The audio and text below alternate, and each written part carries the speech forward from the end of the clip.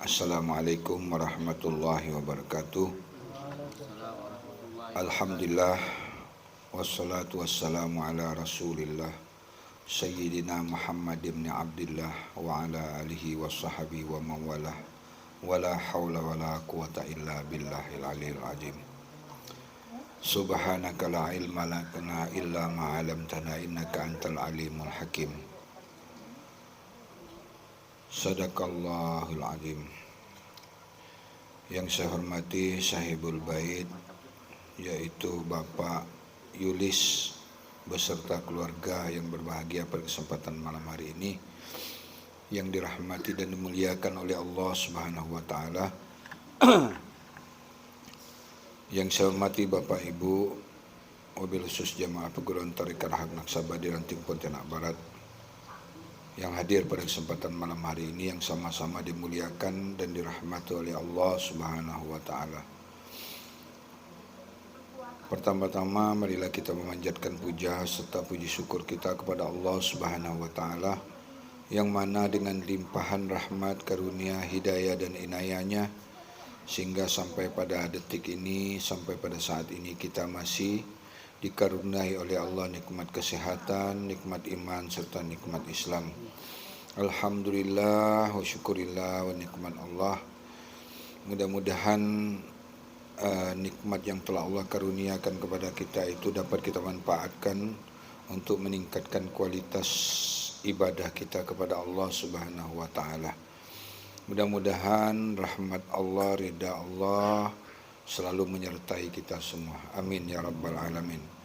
Tak lupa selawat juga teriring salam tetap selalu tercurahkan kepada junjungan alam, junjungan baginda Nabi kita Muhammad sallallahu alaihi wasallam, kepada ahli keluarga beliau, kepada para sahabatnya, kepada pemimpin-pemimpin muslim, sehingga sampailah kepada kita pengikutnya yang setia ila yaumil qiyamah. Bapak Ibu, saudara saudari rahimakumullah, pada kesempatan malam hari ini saya ingin membahas sedikit tentang firman Allah dalam surat Al-Imran 112. Sana Allah menegaskan, duribat alaihimuz zillatu ainama sukifu illa bihablum minallah wa hablum minan nas. Dalam firman Allah tersebut, ya kurang lebih kita terjemahkan, sesungguhnya kamu akan tetap diliputi kehinaan ya, di mana saja kamu berada ya. Artinya di mana saja kita, baik kita berada di langit maupun berada di bumi, di mana saja kamu berada, kamu akan dihinakan oleh Allah Subhanahu wa taala. Kecuali kata Allah, orang-orang yang tahu bagaimana menyambung hubungan silaturahmi dengan Allah dan menjalin hubungan silaturahmi dengan sesama manusia. Jadi inilah resepnya ya, supaya bencana musibah baik terjadi kepada diri kita pribadi maupun terjadi kepada seluruh umat manusia, ini disebabkan karena manusia itu tidak mengerti bagaimana cara menjalin hubungan silaturahmi dengan Allah ya. Karena hubungan ini tidak terjalin dengan harmonis, silaturahmi tidak terhubung, sehingga hajat dan doa-doa kita itu tidak didengarkan oleh Allah. Yang meminta dengan yang memberi tidak tersambung.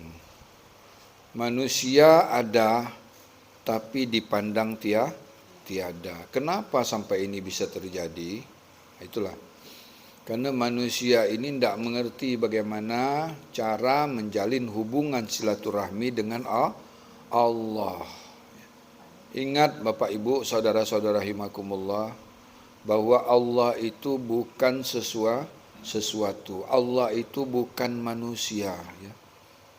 Tidak bisa kita bermunajat, bermohon kepada, meminta kepada Allah itu hanya dengan bibir saja, ya. Karena bibir ini konsumsi manusia, ya. Karena yang mendengar suara bibir ini manusia. Tapi Tuhan itu bukan manusia, ingat. Tuhan itu bisa tersambung, bisa terhubung dengan miliknya. Ya. Tuhan tak mau tahu dengan kehebatan, kepintaran kau di alam dunia ini, kecantikan kau, kemolekan kau, keindahan suara bibir kau itu. Tuhan tidak pandang itu. Tuhan pandang ketika kau memohon, bermunajat kepada Allah, kau tahu enggak menyambungkan miliknya itu kepada Tuhan. Ya. Bagaimana cara menyambung milik Allah itu kepada pemiliknya. Ini yang paling penting. Maka sebelum kita bermunajat, bermohon kepada Allah Subhanahu wa taala, tentunya yang paling pertama yang harus kita pahami, kita harus mengenal dulu, ya. Mengenal siapa itu milik Allah. Ya. Siapa itu rahasia Allah? Apa dia itu? Di mana posisinya di dalam diri kita ini? Di mana letaknya di dalam diri kita ini? Terus setelah kita memahami itu, bagaimana supaya bisa connect dengan pemiliknya itu? Kalau dia connect, tersambung, pasti ada getaran. Karena ada aliran, ya, ada strum. Coba min dan plus itu kalau ditemukan, dia kan pasti macam aliran listrik ini, plus dan min kan. Ketika kita sambungkan plus dan min itu, bisa hidup ini lampu ini. Kalau hanya min saja, tidak bisa. Plus saja, tidak bisa. Jadi, kedua-duanya harus disambungkan. Begitu juga kita dengan Tuhan, ya. Kita ini menanggung milik Tuhan. Kita menanggung rahasia Tuhan. Kita dititipkan amanah oleh Tuhan, ya. Amanah itu sekarang sudah ada pada diri manusia. Siapa saja yang mengaku manusia, dia menanggung amanah Allah. Mau tidak mau, ingin tidak ingin, senang tidak senang, dia sekarang sudah diberi amanah. Amanah ini harus tahu bagaimana cara kita mengembalikan itu. Mengembalikan ini bukan di saat waktu kita mau mati, ya. Bukan di saat kita udah mau kembali, mau meninggal baru kita kembali, enggak. Kembali ini kapan saja, di mana saja, dalam situasi apa saja, miliknya itu harus dikembalikan kepada yang punyanya. Yang berhak menerima amanah itu. Jadi bagaimana caranya? Itulah, ingatlah Allah, ya. Sambungkan dulu milik Allah itu, ya. Baru kita melaksanakan semua yang diperintahkan oleh Allah. Sambungkan milik Allah itu, baru kita melaksanakan syariat Nabi. Sambungkan milik Allah itu dulu, baru kita bermunajat, bermohon kepada Allah. Supaya apa? Supaya Tuhan dan hamba ini, ada connect-nya. Jadi hamba yang merupakan utusan Tuhan di alam dunia ini, ya, wakil Tuhan di alam dunia ini, yang menanggung amanah ini, ya, dia dia sebagai utusan Allah di alam dunia ini bisa menjalin hubungan silaturahmi dengan Tuhannya. Sehingga semua hajat, cita-cita, keinginan hamba ini akan dikabulkan oleh Allah. Inilah yang dikatakan la yadkhulul qada ila du'a. Tiada yang dapat merubah takdir Tuhan itu, ya. Takdir Tuhan itu dengan doa. Jadi doa ini ya, itu tidak hanya sekedar di lisan, di bibir. Doa ini diam pun kita memohon bermunajat kepada Allah, itu pun merupakan doa. Berzikir kepada Allah, itu merupakan doa. Belajar mencari seorang guru, itu merupakan doa. Karena tidak mungkin segala apa yang menjadi hajat kita, kalau kita tak tahu bermunajat, bermohon kepada Tuhan yang bukan sesuatu itu, ya, yang tak bisa dijangkau hanya dengan bibir saja, lalu melalui miliknya itu, ya, itu harus kita pahami dengan benar. Karena rahasia itu menjadi napas pada manusia. Kita hari-hari hidup bersama dengan milik Allah, ya. Milik Allah itulah menjadi rohani manusia, rohnya jasmani ini. Artinya isinya jasmani ini. Maka tanda-tanda kekuasaan dan kebesaran Allah itu ada pada diri manusia yang telah beriman. Maka bagi kita yang sudah beriman, yang sudah memahami isi jasmani ini, ya, atau hakikat diri jasmani ini, atau rahasia diri jasmani ini, sudah kita pahami, ya. Kalau dia jahir, yang dapat kita pahami itu keluar masuk jalan napas manusia. Itulah jalan asma Allah. Napas itulah nyatanya, keluar dan masuknya. Bahwa dia bertasbih mengagungkan nama Tuhannya. Yang bertasbih itu sumber napas. Ya. Karena ada sumbernya, jadilah nyawa. Ya. Sumbernya itulah hakikat diri manusia ataupun rahasia manusia. Ketika dia keluar masuk jalan napas, yang rahasia itu sudah nyata melalui jalan napas keluar dan masuk. Maka harus mengerti napas, anpas, tanapas, nupus. Ada yang dari mulut, ada yang dari hidung, ada yang dari telinga. Nah, itu kan semua jalan lubang semua. Sementara kita ini beramal, beribadah tidak mengerti. Ya, bagaimana napas ini keluar masuk mau tersambung kepada Tuhan? Bagaimana jalan napas ini keluar masuk mau berzikir kepada Allah? Sementara kita tidak tahu sumbernya.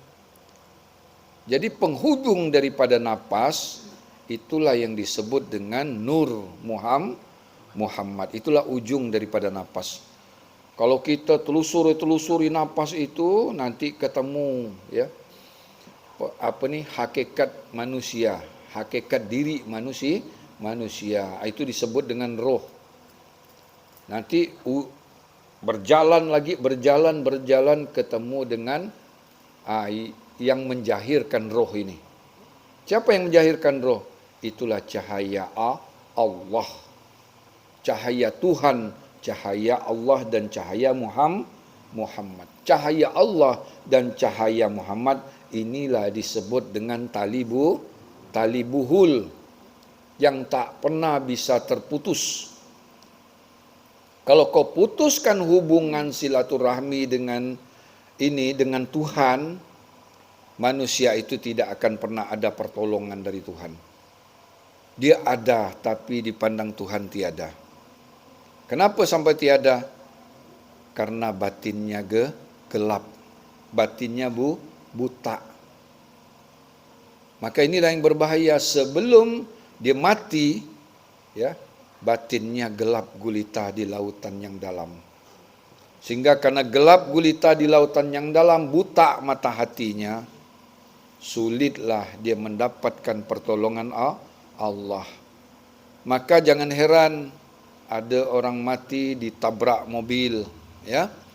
Ada orang mati jatuh dari pesawat, ada orang mati kena begal, kan banyak kita lihat nih, ya kan? Ada orang mati disenggol tronton. Ini semua karena doa yang tidak tersampaikan. Hajat-hajat dia itu, pada hakikatnya manusia nih, semua berkeinginan di saat dia mati itu mati dalam keadaan husnul khatimah. Coba tanya semua manusia itu. Semua pengen matinya itu mati seperti matinya orang-orang yang beriman. Baring, duduk, berzikir, sehingga pelan-pelan sedikit-sedikit napasnya berakhir, sehingga sampai ke halkum, berhenti bertasbih halkum itu dengan zikir haknya. Semua manusia berkeinginan seperti itu. Tapi kok ada orang yang mati hina? Nah, itulah karena dia tidak tahu menyambung tali silaturahmi dengan Tuhan. Sehingga permohonan-permohonan dia, hajat-hajat dia itu tidak tersampaikan. Artinya apa? Sinyalnya tidak ada. Apa artinya ibadah-ibadah kita ini semua? Kalau sinyalnya tidak tersambung, untuk apa kau beli HP mahal? Kalau tidak ada sinyal, kalau tidak ada tower. Maka kau beli HP itu, yang pertama kita perhatikan, ada tidak sinyal di daerah sini ini. Untuk apa dibeli HP mahal kalau sinyalnya tidak? Untuk apa kau capek-capek beribadah, yang kau katakan kau tu beribadah kepada Allah, tapi sinyalnya tak nyambung. Kau sinyal nyambung berbalas. Kalau dia berbalas, terasa getaran di hati itu. Macam nama strum disambungkan.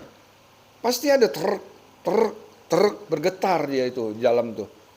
Itulah nama sinyal nyambung. Kau sinyal nyambung, tak ada kau ucapkan pun melalui bibir kau memohon kepada Tuhan, ini sudah tahu hajat keinginan manusia itu. Karena doa itu ada yang dijahirkan, ada yang tersembunyi, ada yang dilapaskan, ada yang melalui sir. Ya. Enggak semua doa itu tok halu dengan suara, enggak. Karena kesian orang bisu. Bagaimana dia nak minta kepada Tuhan sementara dia Berarti kan Tuhan tidak adil kalau memang doa itu dengan bibir.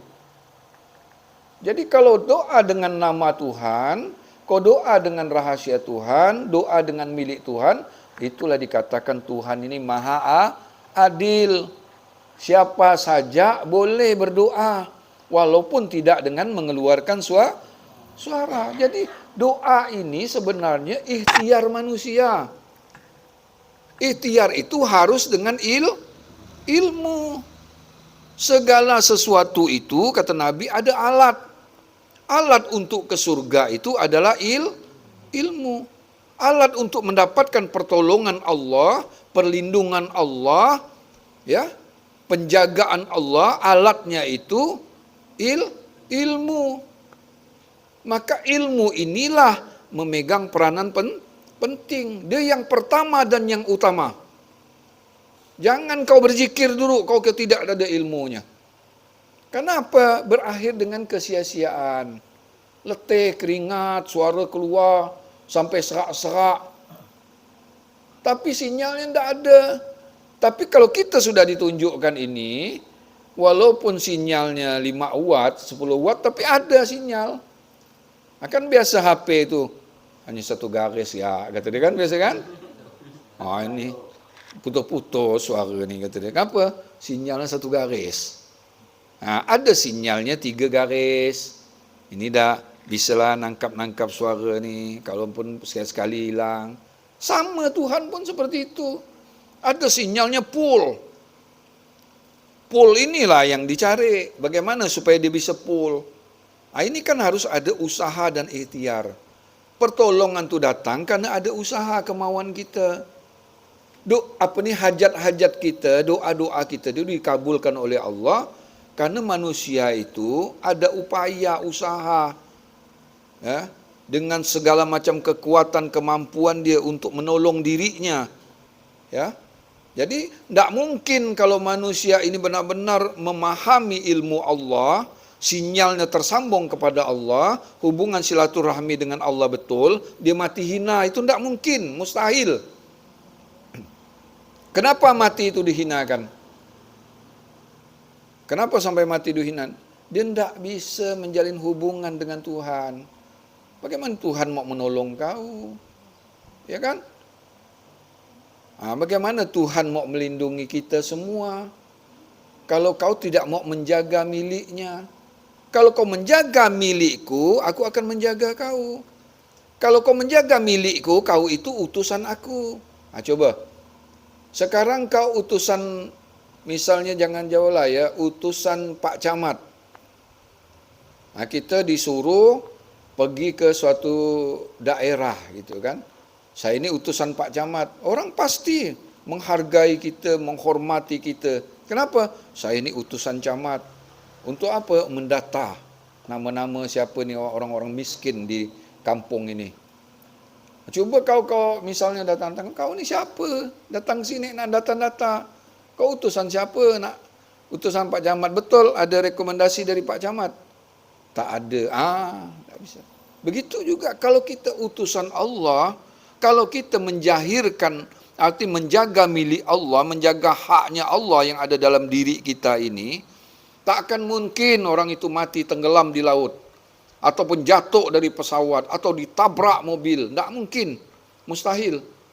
Kenapa? Kalau dia menjaga milik Allah, berarti dia menjahirkan rahasia Tuhan di alam dunia. Kalau dia menjahirkan, terhubung cahaya itu kepada Tuhan. Kau cahaya terhubung kepada Tuhan, tubuh jahir kau ini menjadi tubuh cahaya.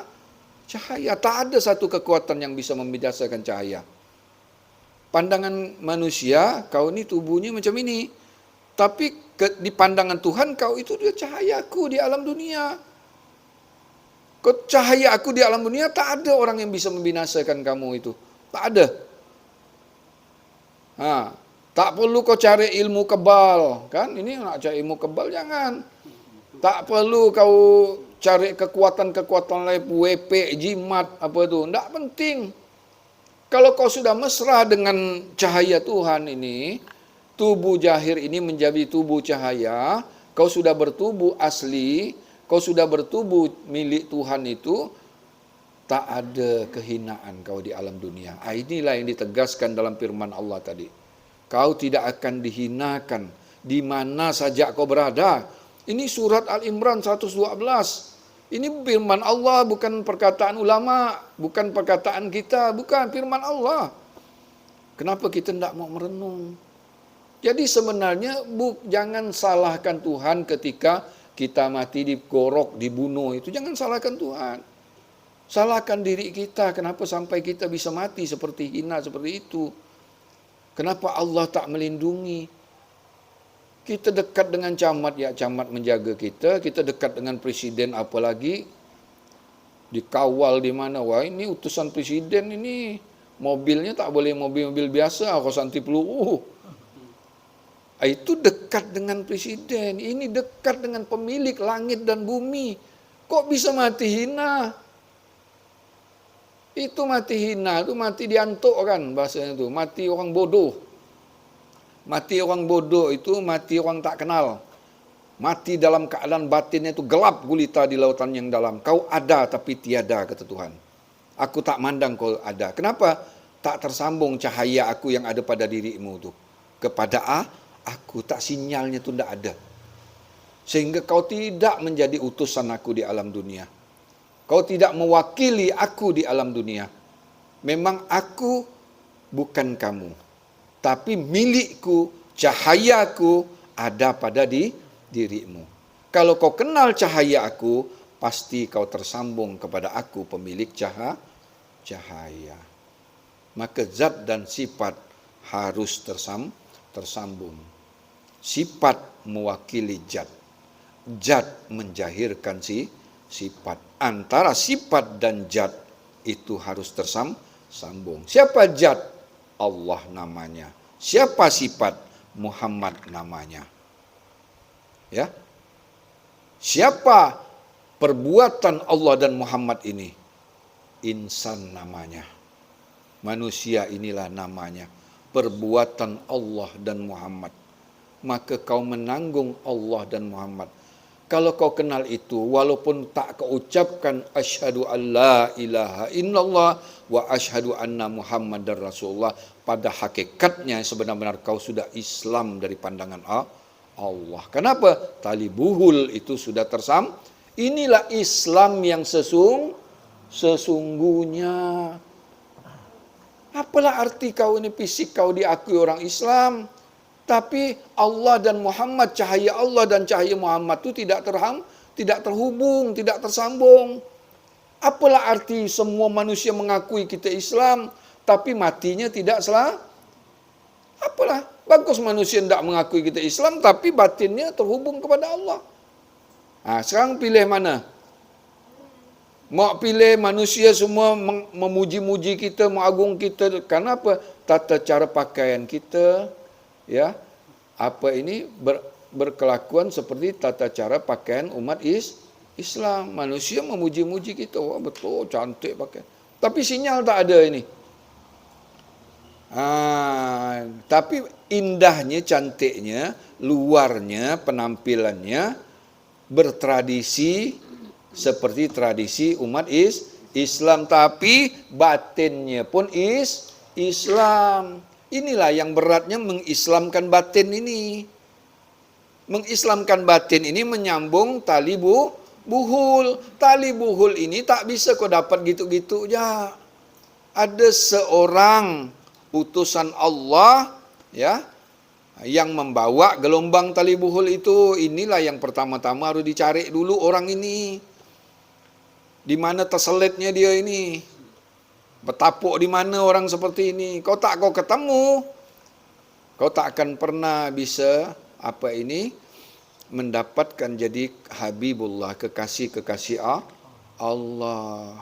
Kalau dah Allah kasih sayang dengan kita, semua jadi indah. Duit tak ada, hidup tenang. Ya, orang kau tak berduit kan susah. Ya kan? Tapi ada orang tak berduit, gaji 50 tapi hidupnya tenang. Kalah dengan orang yang dapat banyak itu. Ini apa resepnya sebenarnya nih?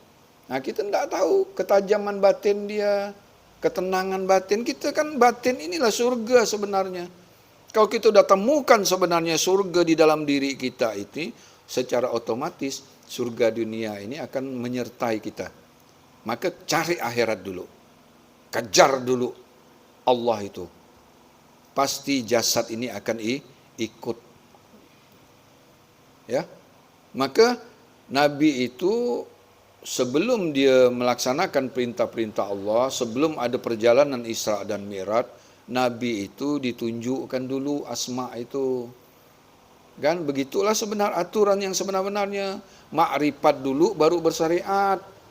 Kok kita ni kan cari guru dulu fikih.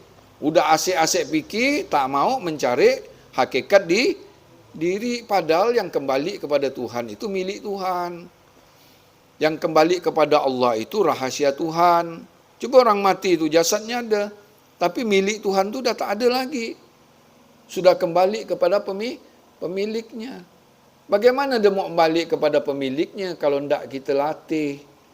Ya, bangun tidur, ya, sampai kita tidur kembali, itu harus tetap dia koneknya tidak boleh terputus. Inilah konek yang tidak terputus ini dijelaskan dalam surat Al-Ma'arij ayat 20, Al-Ma'arij ayat 23. Inilah disebut salat yang tiada keputusan. Kau duduk pun salat, kau baring pun salat, kau makan pun salat, kau bekerja pun salat, ini orang syariat ni menolak ni, membantah. Padahal Quran mengatakan alladzina hum ala salatihim daimun. Maka orang-orang makrifat ni tidak top. Kenapa pembicaraan dia tu lain daripada pembicaraan orang-orang ahli syariat? Tak top. Karena tidak umum sifatnya. Karena tidak mampu dia, tidak akan pernah mampu. Berat untuk urusan yang batin ini. Karena batin inilah istinja hadas besar. Kalau hadas kecil ini urusan jasad ini kecil, berapalah jasad manusia. Mudah kita membersihkannya. Ambil sabun, mana selak-selak tu bersihkan, mana nyaman bersihkan. Inilah kata orang tu istinja jahir ataupun hadas kecil. Tapi kalau untuk urusan batin ini hadas besar. Hadas besar ini luas meliputi isi langit dan berat, tapi jangan dipandang remeh. Setelah dapat ilmu kau bisa istinja batin. Tak semudah yang kita bayangkan. Maka kau istinja batin, suci batinnya, ya, disitulah baru ada pertolongan Allah. Melihat semua kalau kau mau melaksanakan apa diawali dengan suci dulu. Maka bab bersuci itu bab awal. Kau melaksanakan apa kalau kotor tak bisa. Begitu juga jasad. Kau nak sembahyang, ada tak najis kain kau ni? Itu kan wilayah fikih. Kena tak, jatuh tak, tai cicak ke ini ni, kain kau ni. Jika sembahyang kau ni, itu kan jasmani, jasadnya, jahirnya. Songkok kau ini, dah berapa tahun tak dicuci. Ya, kira kalau kau ciumnya bau, otomatis orang pun dekat kau sama. Kita sendirilah ukuran standarnya. Kalau kita masam kat dah ni, ya kan? Otomatis yang dekat pun pasti cium karena yang mencium itu sama, isinya itu satu. Yang banyak ini casingnya. Buktikan isi satu, tidak percaya. Ini apa ni? Air aqua gelas. Kalau ada yang mandang ini mobil, berarti isi yang beda kan? Satu, yang memandang itu satu, sumbernya satu. Berarti kalau sumbernya satu, isinya satu, otomatis harus kembali isi itu kepada pemiliknya itu. Kalau dia kembali kepada pemiliknya, itulah orang-orang yang tidak celaka. Itulah orang-orang tidak dilalaikan oleh urusan dunia. Semua bernilai ibadah. Itulah nyamannya orang berilmu. Semua dinilai Tuhan pahala. Kalau kita orang syariat nak cari pahala ini, sembahyangnya harus banyak. Betul tak? Wah, sunnah ini, sunnah itu, sunnah ini. Kenapa? Pahala yang dikejar. Tapi kalau orang makrifat, tunduk dia tak ni, satu kali tunduk tafakur orang berilmu ini lebih baik daripada salat 70 tahun. Ampang tu, bandingkan tu. Tafakur kau sejenak lebih baik daripada ibadah kau 70 tahun. Itu orang syariat perbandingannya tu dengan orang berilmu itu. Sekali tarikan napas orang berilmu itu sama dengan 1000 orang mati syahid. Kita nak cari mati syahid. Kau tarikan napas kau tu benar kan enggak? Sambungkan kepada Tuhan itu. Itu lebih baik satu kali tarikan. Sekarang dalam satu hari ini berapa kali tarikan napas? Ada yang bisa ngitung ni? Berapa? Ada yang bisa ngitung tu. Orang tarekat itu bisa dihitung. Cuman saya lupa berapa tu. Dan napas, pokok jumlah sekian katanya. Coba kau dikalikan. Satu kali tarikan napas orang yang mengenal asma Allah, itu sama dengan 1000 orang mati syahid. Apa kau nak berjuang? Berperang apa? Tak ada. Ini pun sudah, kalau kau betul mengamalkan ilmu ini, sudah sangat dahsyat luar biasa. Bonus Tuhan selalu mengalir kepada kita. Lahum ajrun ghairu mamnun. Bagi kamu semua ini, pahala yang tak ada putus-putusnya. Itu indah orang dah dapat asma Allah ini. Indah orang yang sudah ditawajuk ini. Indah orang yang sudah ditanamkan nur iman ini ke dalam kalbunya. Indah, semua jadi indah. Semua jadi keberkahan. Semua jadi rahmat. Semua jadi reda Allah. Kenapa kita tak bangga ni? Kenapa kita ni dipilih ni, sikit ya yang dipilih ni? Gampang, kalau di Pontianak Barat dihitung jumlahnya ni berapa orang di Pontianak Barat ni. Tapi yang betul-betul mendapatkan ilmu ini hanya orang-orang ini aja.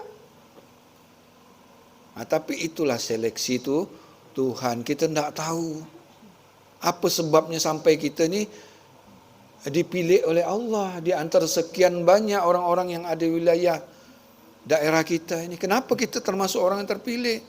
Itulah yang wajib kita syukuri. Bagaimana cara mensyukuri itu kita termasuk orang pilih? Jaga milik Allah itu. Jangan lupakan milik Allah itu. Dalam situasi apa saja jangan lupakan. Mau makan, tunduk dulu kan kepala kau itu. Walaupun kepala kau tidak mampu pusing ya, tetap tunduk itu dalam pengertian kita berserah diri kepada Allah. Berserahnya bagaimana? Sambungkan milik Allah itu. Itulah berserah diri. Itu yang disebut dengan wasjud, waqtarib. Sujud dan tundukkan hatimu itu. Bahwa kau tak punya kemampuan sedikit pun. Kau tak punya kekuatan apapun. Kau tak punya kehebatan sedikit pun. Kau tak bisa melaksanakan semua aktivitas kau di alam dunia ini tanpa dengan milik Allah. Kenapa tidak bisa kita sedikit ya, sejenak menundukkan kepala ataupun menyerahkan hati kita itu kepada Tuhan? Kok tak mampu macam seperti itu? Berat sekali. Inilah yang dikatakan bismillah yang tidak terucapkan. Orang maham bismillah itu harus bacaan. Bismillah itu artinya dengan nama Allah. Bukan dengan bacaan lalu tersambung ke Tuhan. Tidak bisa. Dengan nama Allah itu kenal dulu Allah. Kenal Allah, kenal cahaya Allah. Udah kenal cahaya Allah itu ada pada diri insan. Karena menanggung rahasia dia ini, jadilah dia menanggung asma itu. Jadilah satu huruf di dalam jiwa. Satu huruf dalam jiwa ini, inilah yang disebut dengan insan. Inilah disebut dengan Islam. Inilah disebut dengan iman. Inilah disebut dengan ihsan. Iman, Islam, ihsan, iman, Islam. Itu adalah zahirnya insan. Maka kalau ini tak kita pahami, tak ada getaran ibadah itu. Ya, bukan pada kerasnya, ya, bukan pada pujian manusia. Tidak perlu manusia muji. Tidak ada untungnya manusia itu muji-muji kita. Tidak ada, kita pun tidak ada untungnya. Kau tak puji pun, yang penting aku dengan Tuhanku. Yang penting sinyal aku dengan Tuhanku tersambung, terhubung. Sekarang manusia memuji kita. Bisa manusia memberi surga itu? Bisa manusia memberikan kebahagiaan di hati ini? Tak bisa. Yang bisa itu hanya memberi kebahagiaan di akhirat dan di dunia itu satu-satunya hanya Allah. Maka kalau pengen kebahagiaan dunia, pengen kebahagiaan akhirat, kenalilah Allah itu yang ada pada diri manusia. Kalau kau kenal itu secara otomatis, apa itu? Apa dijelaskan Allah? Kalau kau ingat aku, kata Allah, aku akan ingatkah kamu. Terus apa lagi itu? Kalau kau ingat Allah, akan muncullah ketenangan di dalam hati. Kan ingat Allah ini, ya, itulah ingat nama Allah. Ingat nama Allah, wadzkuruhu kama hadakum. Kau nak ingat Allah bagaimana? Wadzkuruhu kama hadakum. Ingatlah Allah sebagaimana kau ditunjukkan oleh seorang guru. Apa yang ditunjukkannya tu? Yang ditunjukkannya tu tali buhul. Itu tidak bisa kau pahami dengan pikiran, dengan akal, tidak bisa. Tali buhul tu tak boleh kau pikir-pikirkan, tidak boleh. Kau nak gila, pikirkan tali buhul itu. Barang itu bukan tulisan, bukan sebutan, bukan bacaan. Tali buhul tu diimani, diyakini. Setelah kita menerima itu dengan share dan share, guru badal share, kita share menerimanya, tali buhul itu secara otomatis masuk. Masuk ke dalam kalbu, tergoreslah kalbu yang gelap ini. Diberi garis, sap, kata dia. Kita sambung. Cuman sinyalnya ada segaris, 2 garis, engkau segarisnya agak lama minta. Cuba wali-wali Allah tu, apa pun cap-cap cepat. Apa keinginan dia, hajat dia tu belum diucapkannya tu sudah kabul, kata orang tu. Itu wali. Karena apa? Kedekatan. Apalagi kebersihan. Apalagi tak lalai dia dengan Tuhannya. Tak pernah putus hubungannya dengan Tuhannya. Sehingga apa? Tak perlu kau pinta, tak perlu kau ucapkan doa itu. Kenapa harus diucapkan? Ini karena kita ramai-ramai berjamaah. Kan ada untuk ke dalam, ada bagian luar. Tapi bagian luar ini tak pun dikeluarkan suara itu meminta kepada Tuhan. Tuhan tahu apa yang ada terbesit di dalam kalbu kita itu. Yang penting doa itu bersama dengan nama Allah. Maka ada dalam Al-Quran itu kan, berdoalah kau dengan nama Allah. Maka kalau apalagi itu dalam surah Al-Jasiyah ayat 18 tu. Ya. Aku jadikan di atasmu syariat. Ikutilah syariat itu. Ya. Jadi kalau kau mau bersyariat ini, ya, ikutilah syariat yang telah Allah contohkan. Terus kata Allah, jangan kau ikuti orang-orang yang tidak mengetahui. Bersyariat itu harus mengetahui. Bukan kau yang bersyariat. Syariat kita ini syariat yang disyariatkan. Perbuatan manusia ini perbuatan yang diperbuatkan oleh siapa? Rahasia itu Tuhan. Karena hakikat diri manusia yang sebenar-benar itu adalah roh. Hakikat roh itu adalah cahaya. Tak kenal cahaya, gelaplah kita nanti di sana. Tak ada penolong kita. Coba di rumah lampu mati je gitu dah lemas. Nak cari jendela, gelap semua ni. Apalagi kita di akhirat sana. Tak ada cahaya Tuhan di dalam kalbu ini. Maka kalau kau buta di dunia, di akhirat kau terlebih buta lagi. Maka kejar, ya, mengejarnya. Bagaimana pertolongan Allah itu mau datang kepada kita sementara kita tidak mau berusaha dan berikhtiar. Hadir dalam halqa zikir, ya, kadang-kadang tak mau.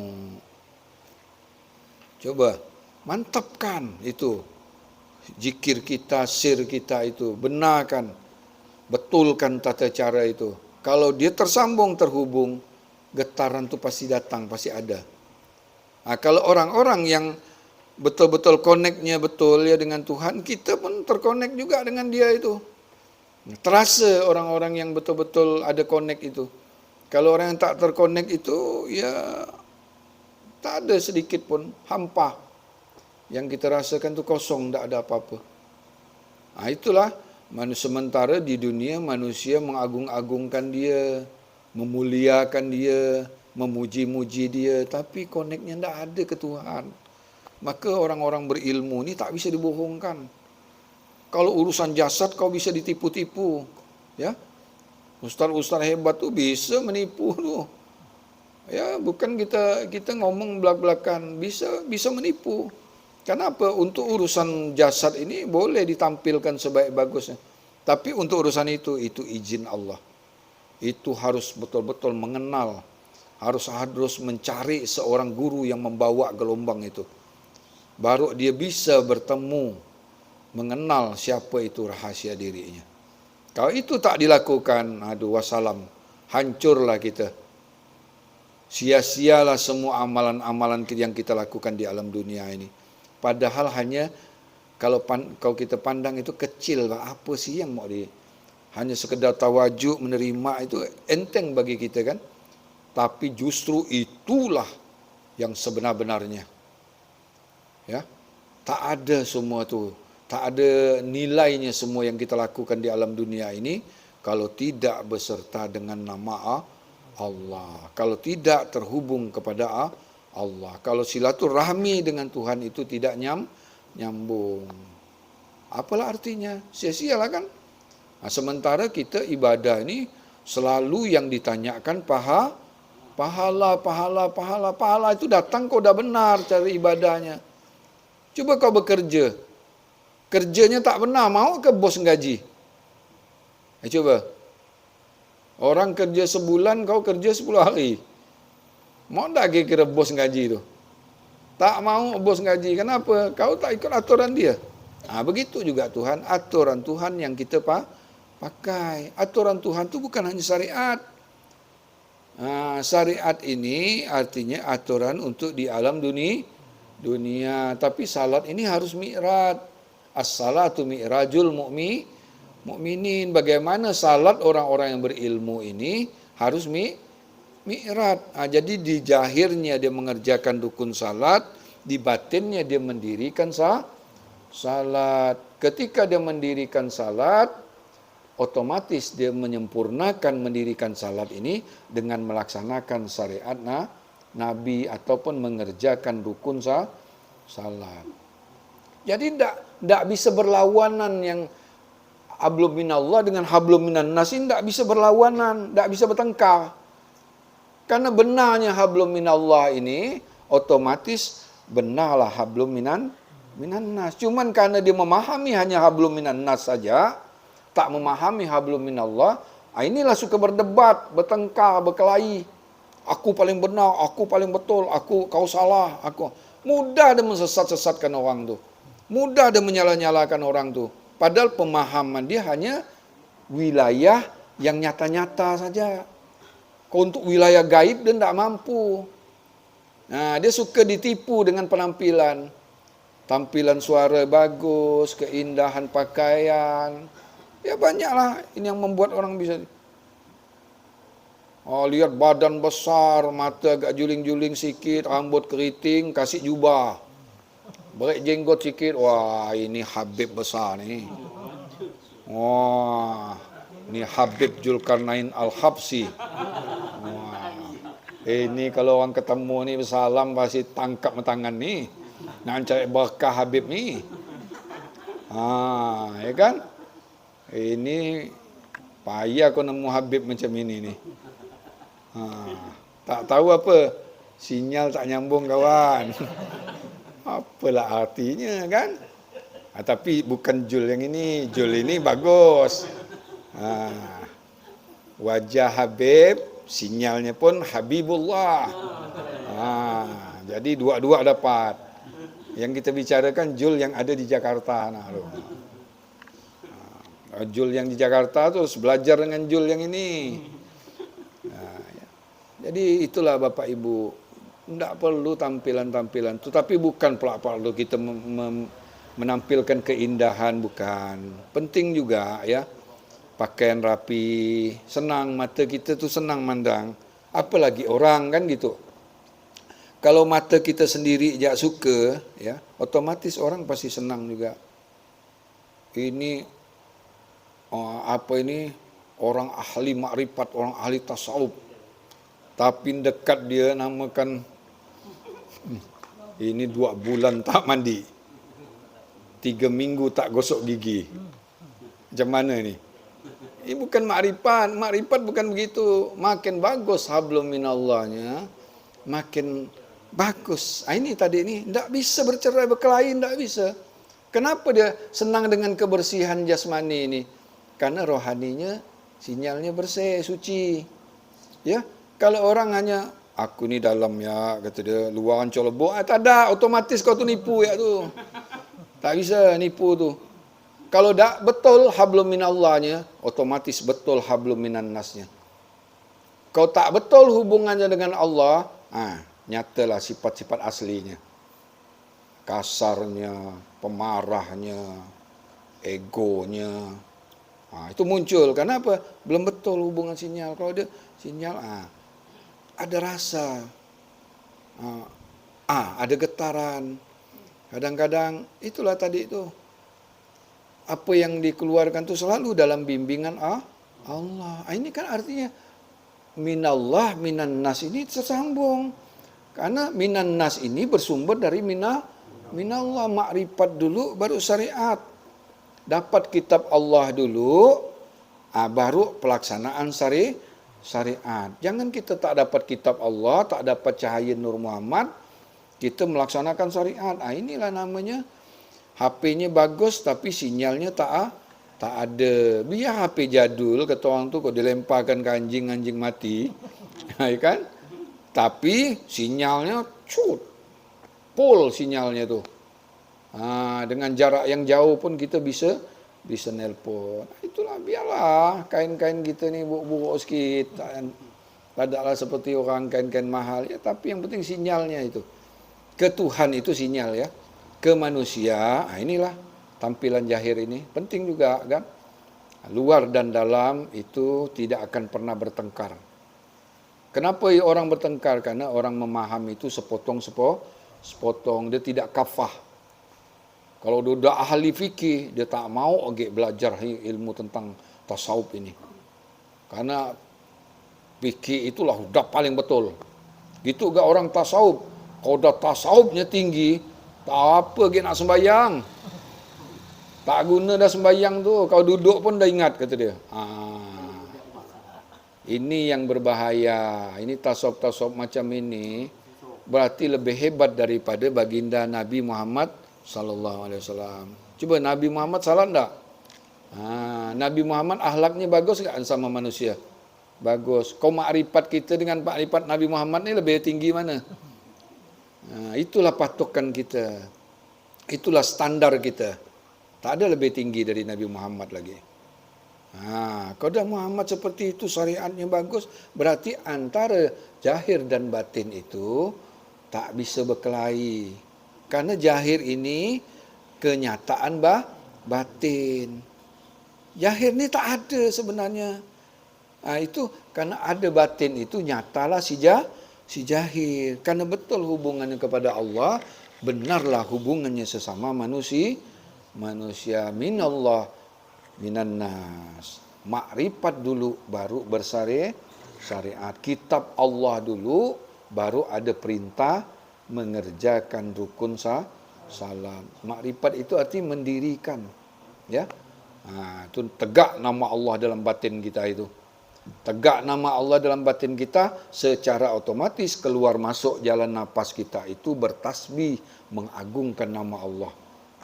Jangan ragu lagi ya. Benar tak nafas aku berzikir ni ya? Tak pula ada bunyi-bunyi Allah. Tak bisa kau fikirkan dengan akal ilmu ini. Tak bisa diakal-akalkan, tak bisa kau fikir dengan akal. Barang ini tak bisa. Tak bisa dicerna. Karena wilayah akal itu wilayah nyata. Kalau dah wilayah gaib, akal tak mampu mencernanya. Maka akal itu sifat nisbi. Nisbi itu terbatas. Akal itu hanya bisa hidup di alam dunia, alam nyata. Ketika dia masuk ke alam roh, akal sudah tidak berperan lagi.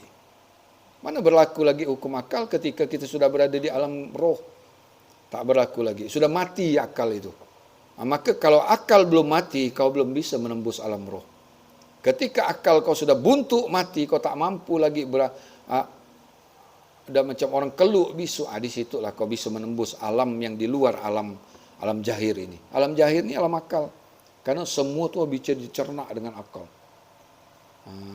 Ya, itu perbedaannya. Kalau mau masuk ke dalam alam itu, kau jangan lagi selalu menggunakan akal. Memang agama itu akal, ya. Tapi akal itu punya keterbatasan. Batasnya itulah tadi itu, wilayahnya. Kalau kau mau masuk menyeberang ke alam roh, alam akhirat itu, tinggalkan akalmu. Kau sudah menggunakan alat yang berbeda. Alat itu namanya nama Allah. Itulah yang menjadi amanah dari Allah untuk kita. Jaga milikku, kata Allah. Yakin pasti aku akan menjaga kau. Kalau kau ingat aku ingat kau. Ya. Kalau kau berjalan menuju aku akan berlari menujumu. Kalau kau betul hubunganku kepada aku, wajib pertolongan aku akan datang kepada kamu semua. Inilah sebenarnya dari harapan kita. Tak mungkin, ya, yakin, percaya diri kita. Tak akan mungkin kita mati hina, tak mungkin. Kalau Allah bersama kita. La takhab wa la takhjan, innallaha ma'na. Jangan takut, jangan gentar. Nama Allah itu sudah mesra dengan diri jasmani ini. Kau tidak akan pernah merasa hidup. Yang hidup hanya milikku. Kalau yang hidup milikku, berarti yang hidup itu hanya satu. Yang membuat kita binasa karena kita merasa hidup. Ya. Tak boleh kita merasa hidup. Yang hidup itu hanya milik Allah.